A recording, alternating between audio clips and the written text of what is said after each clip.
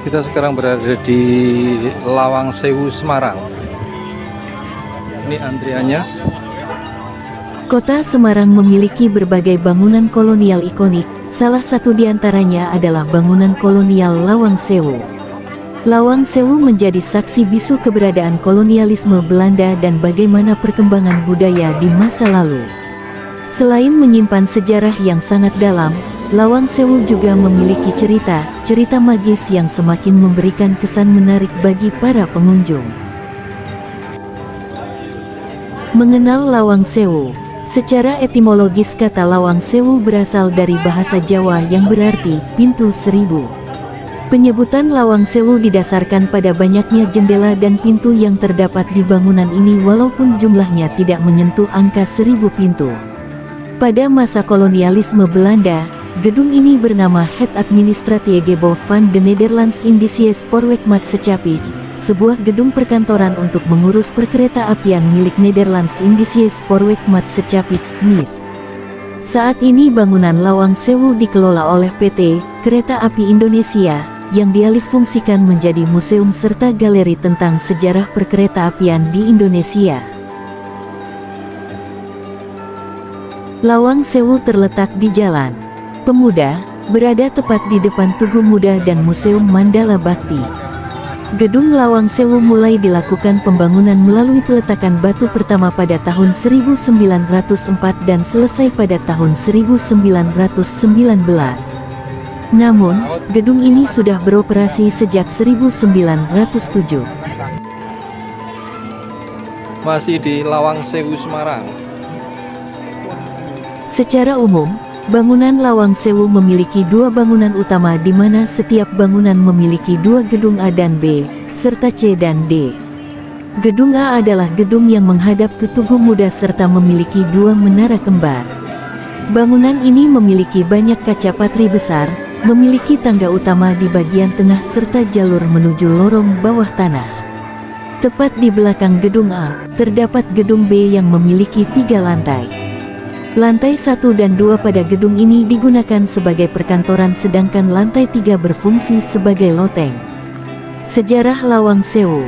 Pada tahun 1864 ketika Belanda melakukan pembangunan jalur kereta api di Indonesia, Belanda mulai merancang jalur kereta api Semarang Solo Yogyakarta dan Kedung Jati Ambarawa.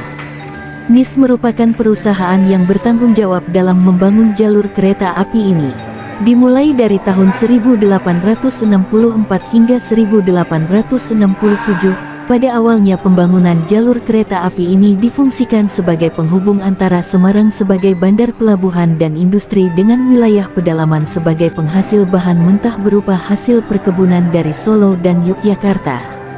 Dengan adanya perkembangan teknologi membuat NIS sukses besar dan mengharuskan memiliki kantor sendiri.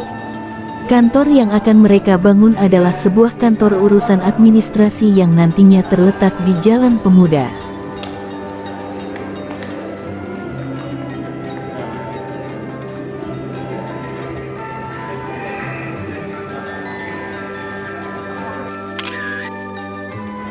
Masih di Lawang Sewu, Semarang. Pada tahun 1904 dimulailah proses pembangunan gedung administrasi perkantoran kereta api oleh JF. Dibangun 1904. Klinghammer dan B.J. Kuendak sebagai koordinator perencanaan, serta memilih Kosman Citroen sebagai arsitek untuk gedung tersebut. Pembangunan gedung ini berakhir pada tahun 1918. Adik, nggak usah. Adik, lihatnya ke arah jalan, lihat tanah. Nggak keluar lagi, adik. Adik keluar lagi. Tapi lihat ke sana, oke?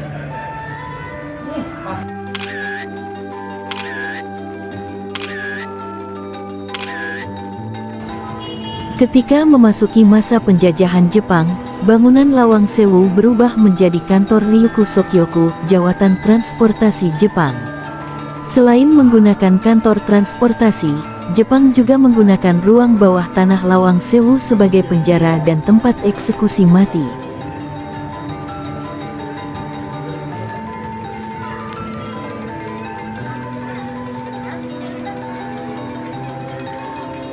Kemudian pada Oktober tahun 1945, Belanda ingin mengambil alih kembali wilayah Semarang sehingga menimbulkan perang dan memaksa Jepang mundur.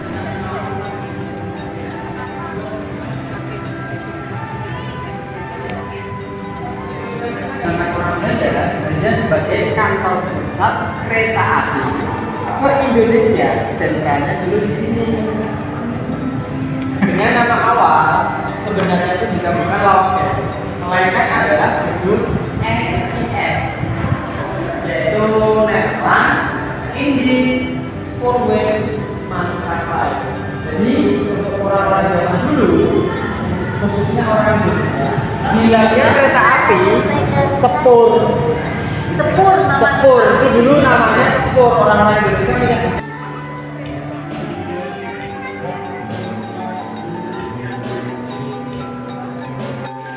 Ini toilet di Lawang Sewu. Toilet umum ada tulisannya DA Nyaman.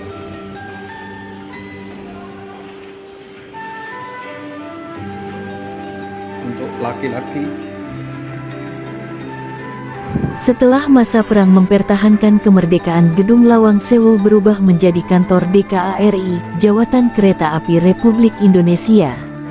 Namun, memasuki tahun 1946 ketika Belanda mulai menancapkan kekuasaannya di Semarang, DKARI harus berpindah ke bekas kantor De Sustermaat Sapijen Kareba. Gedung Lawang Sewu dimanfaatkan Belanda untuk menjadi markas Belanda. Pada tahun 1994 dilakukan penyerahan ke PT KAI dan dilakukan restorasi Gedung Lawang Sewu pada tahun 2009. Pada tahun 2011, Ibu Negara Ani Yudhoyono meresmikan Gedung Lawang Sewu yang kini menjadi destinasi wisata sejarah perkereta apian di Indonesia. Inilah bangunan paling atas di Lawang Sewu, Semarang.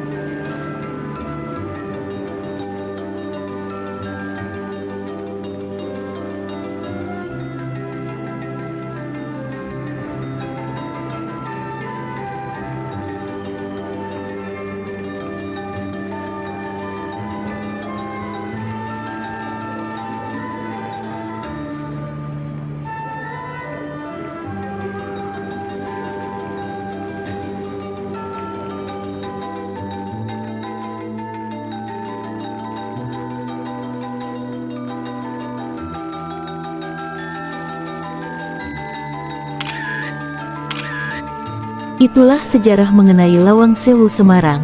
Semoga bermanfaat dan dapat menambah wawasan Anda. Jangan lupa kalau ke Semarang sempatkan wisata ke Lawang Sewu.